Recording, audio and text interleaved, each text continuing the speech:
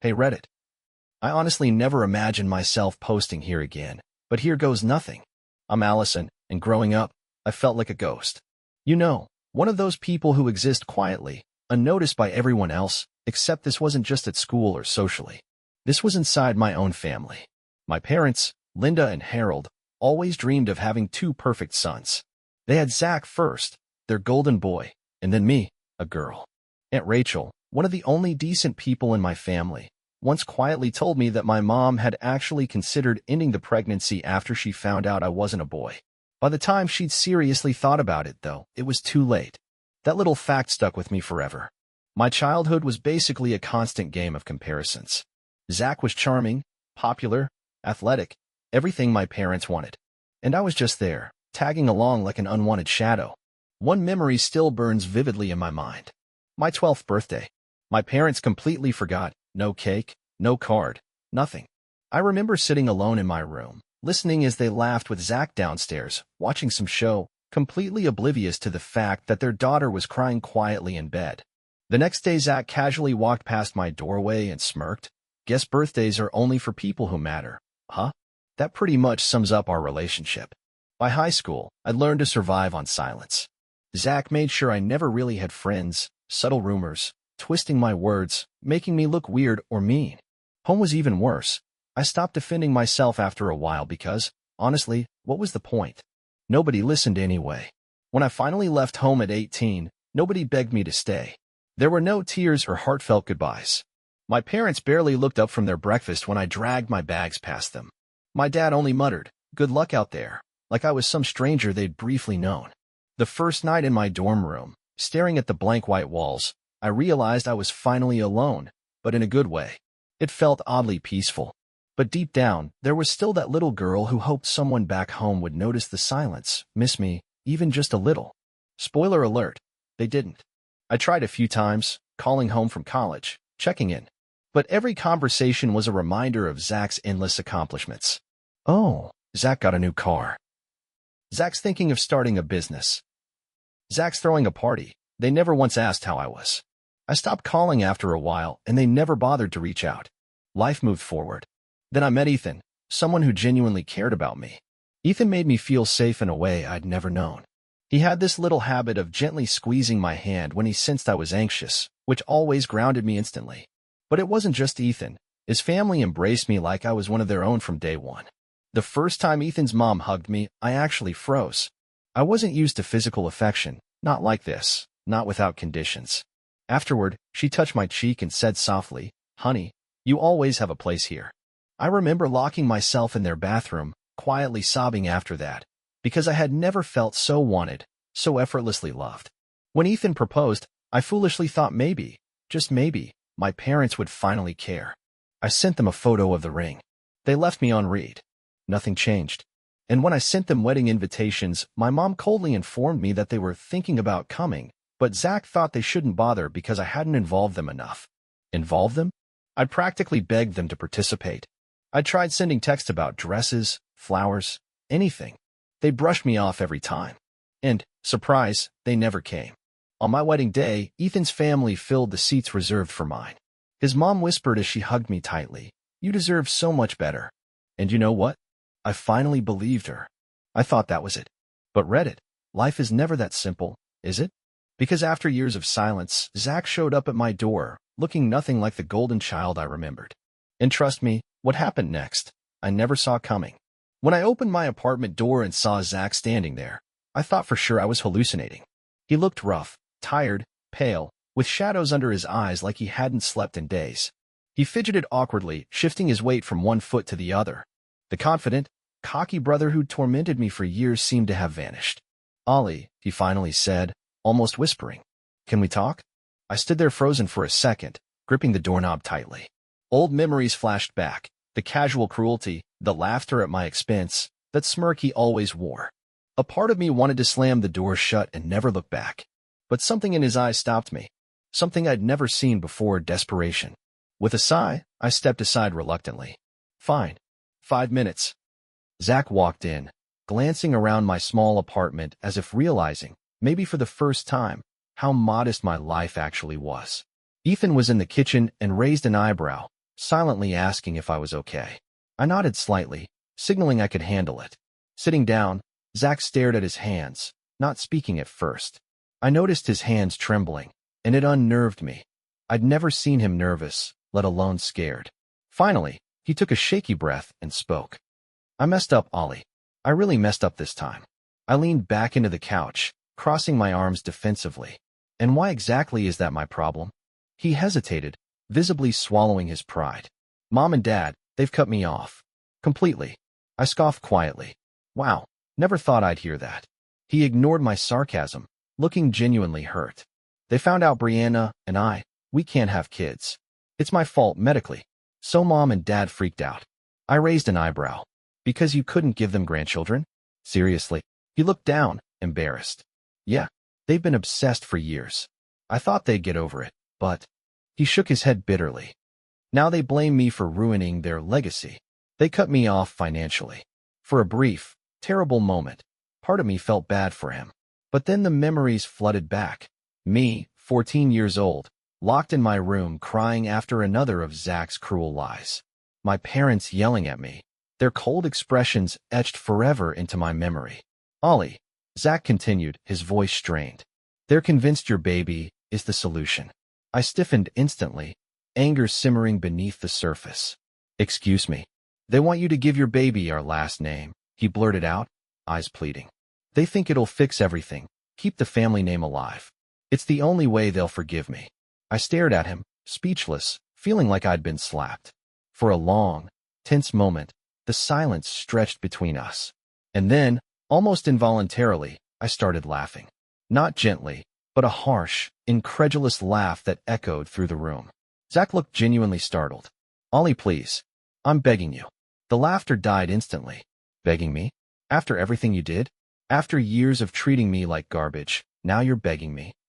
He flinched, looking down again. I know I deserve this. I get it. But they're threatening to cut me off. Oh, poor you. I snapped, my voice shaking slightly. Welcome to my world, Zach. Feels good, huh? He met my eyes, desperate now. I'm sorry, Ollie. I didn't understand. I didn't realize what it felt like. I shook my head sharply, cutting him off. Don't pretend you care now. You're only here because it finally affects you. He was silent. The room felt suffocating, the air thick with all the things we'd never said. Finally, quietly, he spoke again. If they cut me off, I have nothing left. I stared at him for a long moment, fighting a strange mix of sadness and anger. Zach, maybe that's exactly what you need. Maybe you need to finally understand what it feels like to have nothing, like I did my whole life. He opened his mouth, as if to argue, but no words came out. Defeated, he stood up slowly. I guess I had this coming, huh? Yeah, I said softly. You did. He moved toward the door, but paused, turning to me one last time. For what it's worth, Allison, I'm sorry. For everything. The door clicked shut behind him, leaving me staring after him, heart pounding. Ethan stepped quietly into the room. He must have been listening nearby, giving me space. Are you okay? I sighed, rubbing my temples tiredly. Honestly, I don't know. He sat down beside me, wrapping an arm around my shoulders gently. You know, it's okay to feel conflicted. He hurt you badly, but he's still your brother. I leaned into him, suddenly overwhelmed by memories. Zach wasn't always cruel. There were moments, rare, tiny flashes, where we'd laughed together as kids, built pillow forts, or snuck extra cookies from the kitchen late at night. Moments I'd buried deeply because remembering them had always hurt too much. I don't know what I'm supposed to feel, I admitted quietly. Part of me wants to forgive him, just to stop feeling like this. But another part just can't. Ethan kissed the top of my head softly. You don't have to forgive him, Ollie. Not right now, not ever, if that's what feels right. I sat quietly, breathing in Ethan's familiar scent, feeling safer in his arms. The thought crossed my mind. Maybe Zach finally understood how it felt to lose everything. Maybe he finally knew what it meant to be forgotten, pushed aside, just like me. But did that really change anything? As Zach disappeared into the evening streets outside my apartment, I realized something important. Closure doesn't always feel like victory. Sometimes it just feels empty. Yet strangely, deep beneath all the hurt and bitterness, I also felt relief. It was as if a heavy burden I'd carried my entire life had finally started to slip away. And I knew, no matter what happened next, I wouldn't let them hurt me again. Not Zach. Not my parents. Never again. For a few days after Zach's unexpected visit, everything seemed quieter, like the world was holding its breath, waiting for the next shoe to drop. I caught myself replaying our conversation over and over in my head, wondering if I'd said the right things, if I'd been too harsh or not harsh enough. Ethan reassured me that I'd handled it perfectly, but deep down, part of me still felt unsettled. Then one morning, while feeding Lily breakfast, my phone buzzed. I glanced down and felt a cold, familiar tightening in my chest. It was my mom again. My thumb hovered over the notification, hesitating, heart pounding uncomfortably. Finally, curiosity won out. I opened the text. "Allison, please answer your phone. Your father and I just want to talk. We've made mistakes, but we're still your family. Zach needs you. We need you. Call me." I snorted bitterly, shaking my head. Suddenly, the kitchen seemed colder, and Lily, sensing my shift in mood, looked up at me curiously with Ethan's big brown eyes. My heart softened instantly. "You'll never know them," I whispered, gently brushing hair from her face. "You're safe." The next day, though, as I was leaving for the store, I found Zach sitting on the steps of my apartment building. He must have been there for hours. He looked frozen and exhausted. "Ollie," he began quietly, lifting his eyes up to meet mine. "Can we please talk again?" I stared at him, arms crossed, guard immediately up. But something about the way he looked, so broken, so lost, stopped me from turning him away. "5 minutes," I said again, softer this time. He nodded gratefully, following me inside. Once inside, Zach paced the living room nervously, running his fingers through his messy hair, clearly struggling to find the words. Eventually, he sank onto the edge of my sofa and sighed deeply. "You know," he said, staring down at his shoes, "growing up, I used to envy you." I laughed bitterly, surprised by the sharpness in my own voice. "Are you kidding me?" "No, I'm serious," Zach said softly. "You were always smarter, stronger, more independent. Mom and Dad, they never really saw you, but I did. I saw how you kept pushing, how you survived no matter how hard I tried to break you." My chest tightened painfully. "Why did you do it then?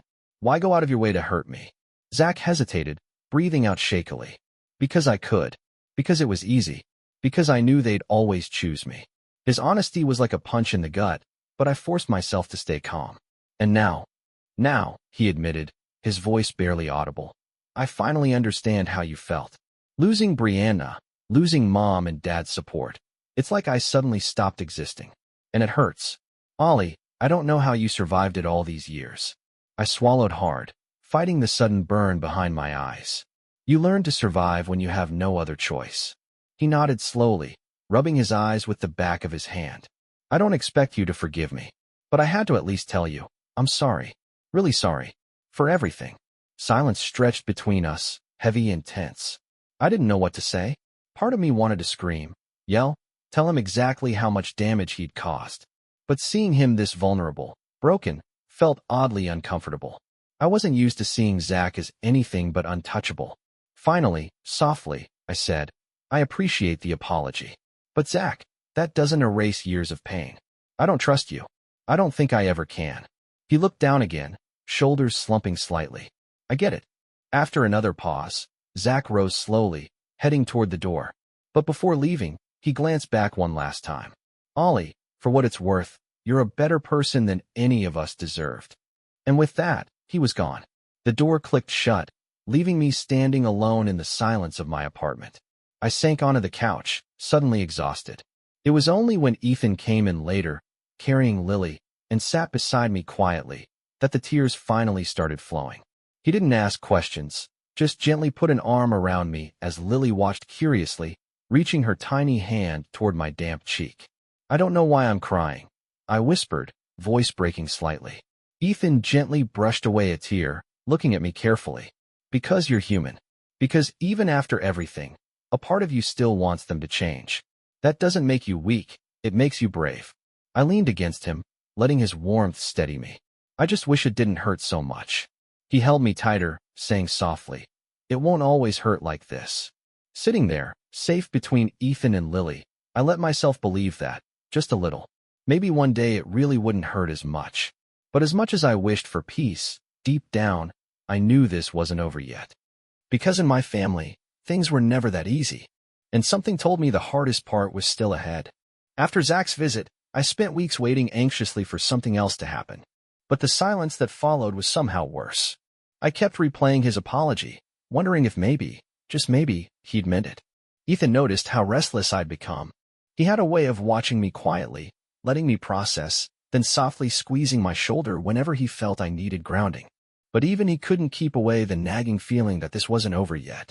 Sure enough, a few weeks later, my phone buzzed early one morning. The name Mom flashed on the screen, instantly twisting my stomach into knots. Great, I mumbled, putting down my coffee cup. Ethan caught my eye from across the kitchen and frowned. You gonna answer that? He asked cautiously. I probably shouldn't, I sighed, gripping my phone. But curiosity and some stubborn part of me won out. I swiped to answer. Hello. My mother's voice filled my ear, carefully polite but strained beneath the surface. Allison, honey, it's been a while. It has, I replied coldly, fighting the bitterness that was already rising in my throat. She paused, as if considering her next words carefully. Listen, your father and I have been thinking, maybe we should sit down and talk. Just us, as a family. Family.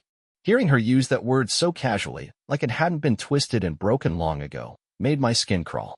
Mom, I said slowly, my grip tightening on the phone. We're long past the point of family dinners fixing anything. You made it clear where your loyalties lie. She sighed deeply, irritation slipping into her voice. Allison, don't be like that. We're trying here. I couldn't hold back a sharp laugh.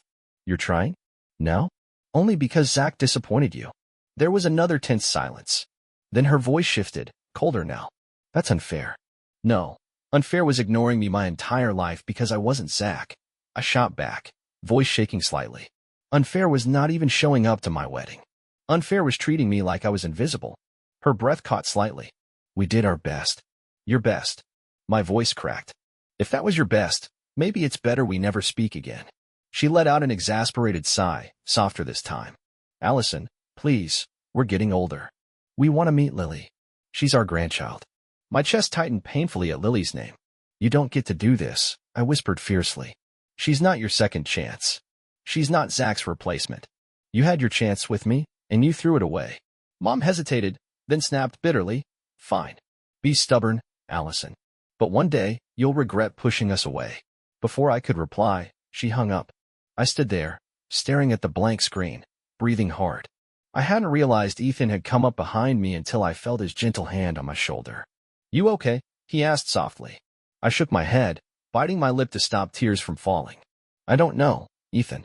They still manage to make me feel guilty, even when I know I shouldn't. He wrapped his arms around me tightly, his warmth steadying me. That's because you're a good person, Ollie. You still want them to change. But it's okay if they never do. Later that evening, as I was putting Lily down to sleep, she grabbed my finger tightly and smiled sleepily up at me. My heart ached with fierce protectiveness. She would never feel this pain, I promised silently. She would never wonder if she was loved.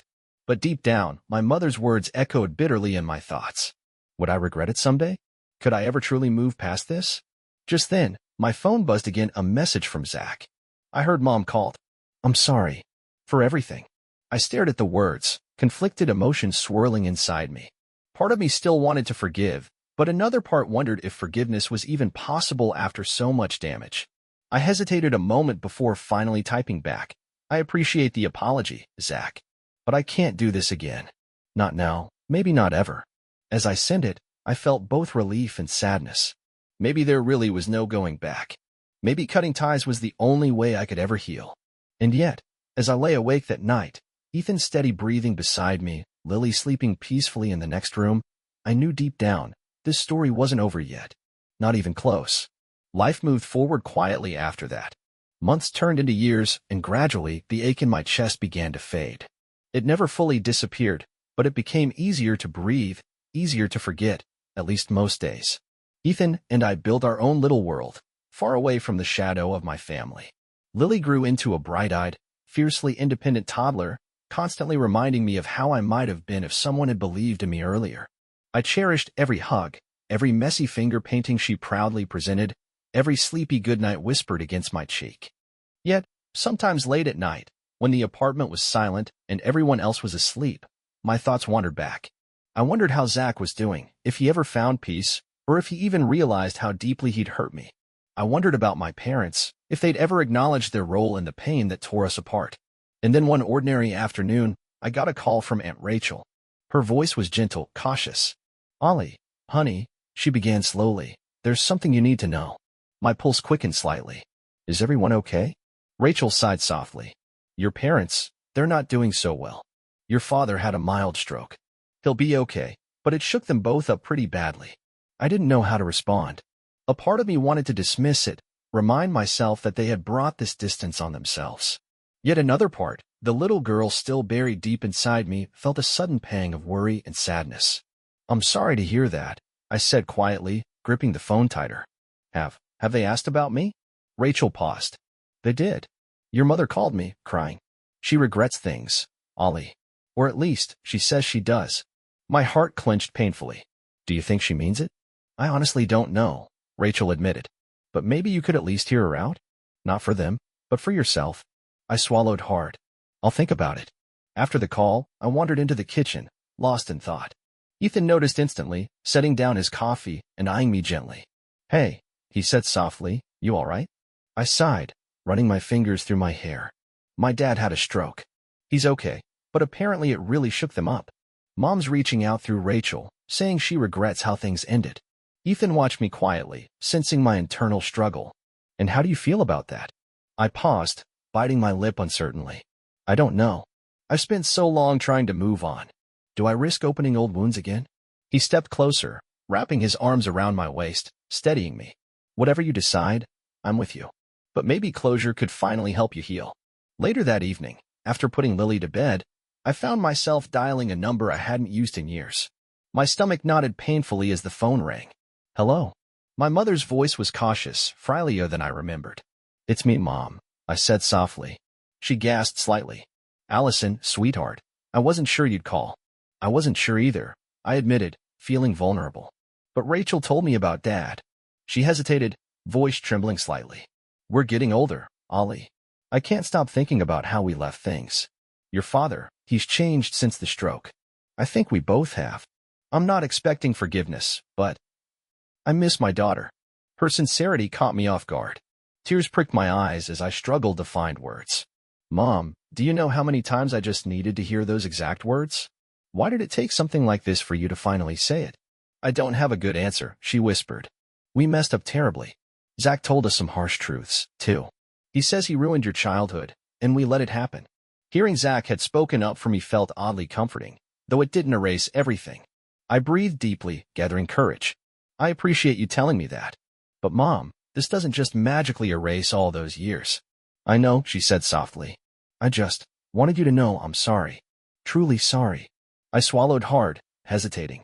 "Maybe one day we can try again. Slowly. But right now, I still need time." "I understand," she whispered, voice breaking slightly. "Take all the time you need. But thank you for calling. Thank you for even considering it." When the call ended, I sat quietly on the sofa, tears streaming down my face. Ethan sat silently beside me, gently taking my hand. "I didn't forgive her," I whispered. "But I feel lighter." "Because you finally got to say what you needed," he replied softly. "And maybe that's enough." Over the next few weeks, my mother and I exchanged cautious messages, tentative, careful conversations about ordinary things. It wasn't perfect, but for the first time, it felt honest. Zach even messaged once more, simple but sincere. "I don't deserve your forgiveness. Just know I'm truly sorry. You deserved so much better." I didn't reply right away, but eventually, I sent a brief message. "Thank you for finally acknowledging that. I wish you peace." And somehow, that felt enough. Life continued, still complicated, still imperfect. Yet each day, I found myself breathing a little easier. One night, as Lily climbed onto Ethan's lap, giggling, I felt a sudden wave of calm wash over me. These were my people, my home, my family. I had fought so long for this peace, and now it was mine. Sure, the wounds still lingered beneath the surface, and maybe they always would. But for now, sitting here surrounded by love, I finally felt whole. And maybe, just maybe, that was what healing really meant. Not forgetting, not erasing, but finally finding enough peace to move forward. That night, as I kissed Lily's forehead, I whispered quietly, "You're always enough, baby girl. Always." And deep down, I finally believed that I was, too.